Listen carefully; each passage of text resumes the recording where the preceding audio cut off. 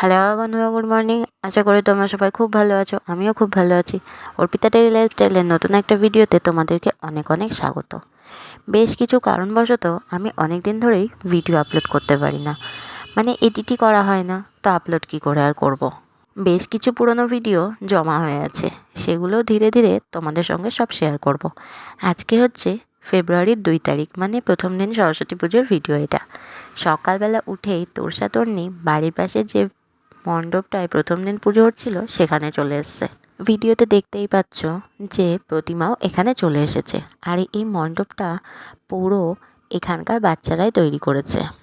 বিকালবেলা 3টে-4টে নাগাদ এখানে পুজো ছিল, আর তোরসা তন্নিকে ওই জন্য বিকালবেলায় আজ শাড়ি পরিয়ে দিয়েছি।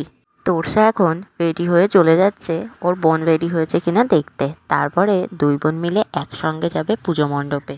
তোরসা তন্নিকে একদম ভালোভাবে রেডি করা আর যুদ্ধ জয় করা দুটো একই ব্যাপার, মানে ওরা এতটা চঞ্চল, একটুও স্থির হয়ে বসতে চায় না যে ওদেরকে রেডি করব।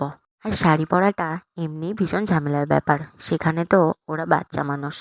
তোরসা দেখো শাড়ি পরে সেজেগুজে কি আনন্দ পাচ্ছে। ও তো মিমি বাড়ি এসে নাচানাচি শুরু করে দিয়েছে, আর ওর বোনকে বলছে, বোনও তাড়াতাড়ি রেডি হয়ে নে, মণ্ডপে যাব পুজো দেখতে। এদিকে দেখো তন্নিকেও রেডি করে দিয়েছি শাড়ি পরিয়ে। চেষ্টা করেছি যতটা সম্ভব দুই বোনকে একই রকম সাজাতে, না হলে তো একজনের ক্লিপ আর একজনের পছন্দ হয়ে যাবে, একজনের চুল বাঁধা আর একজনের পছন্দ হয়ে যাবে। জোরে জোরে শুনতে পাইনি কেউ। হাই। এই পুজোটা আমাদের বাড়ির পাশে হচ্ছিল, আর বোনের বাড়ি থেকে একটু দূরে, তাই আমি তন্নিকে নিয়ে আমাদের বাড়িতে আসলাম। তারপরে ওখান থেকে ওরা দুজন এত জ্বালাতন করছিল যে আমার শাশুড়ি আমাকে বললাম যে আমাদের সঙ্গে তুমিও চলো, না হলে আমি একা একা দুজনকে সামলাতে পারবো না। এখানে এসে তো ওরা ওদের মতন দুষ্টুমি শুরু করে দিয়েছে। তবে একটা জিনিস ভীষণ ভালো, তোরসা তন্নি শাড়ি পরে এত সুন্দর ক্যারি করছে। আমরা বড় মানুষরাও মনে হয় এতটা ইজিলি ঘুরতে পারি না শাড়ি পরে।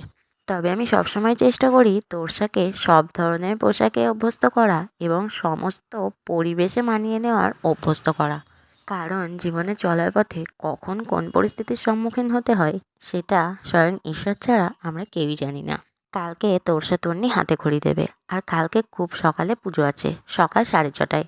সেই কারণে ভেবেছি অত সকালে শাড়ি পরানোর ঝামেলাটা রাখবো না, তাই তোরসার জন্য একটা লেহেঙ্গা কিনে নিয়ে এসেছি। আর তন্নির আগে থেকেই ওর মা বললে একটা লেহেঙ্গা আছে। তোরসা কিন্তু দুপুরবেলা একটু ঘুমিয়ে ঘুম থেকে উঠে আবার বায়না ধরেছে যে মণ্ডপে যাবে।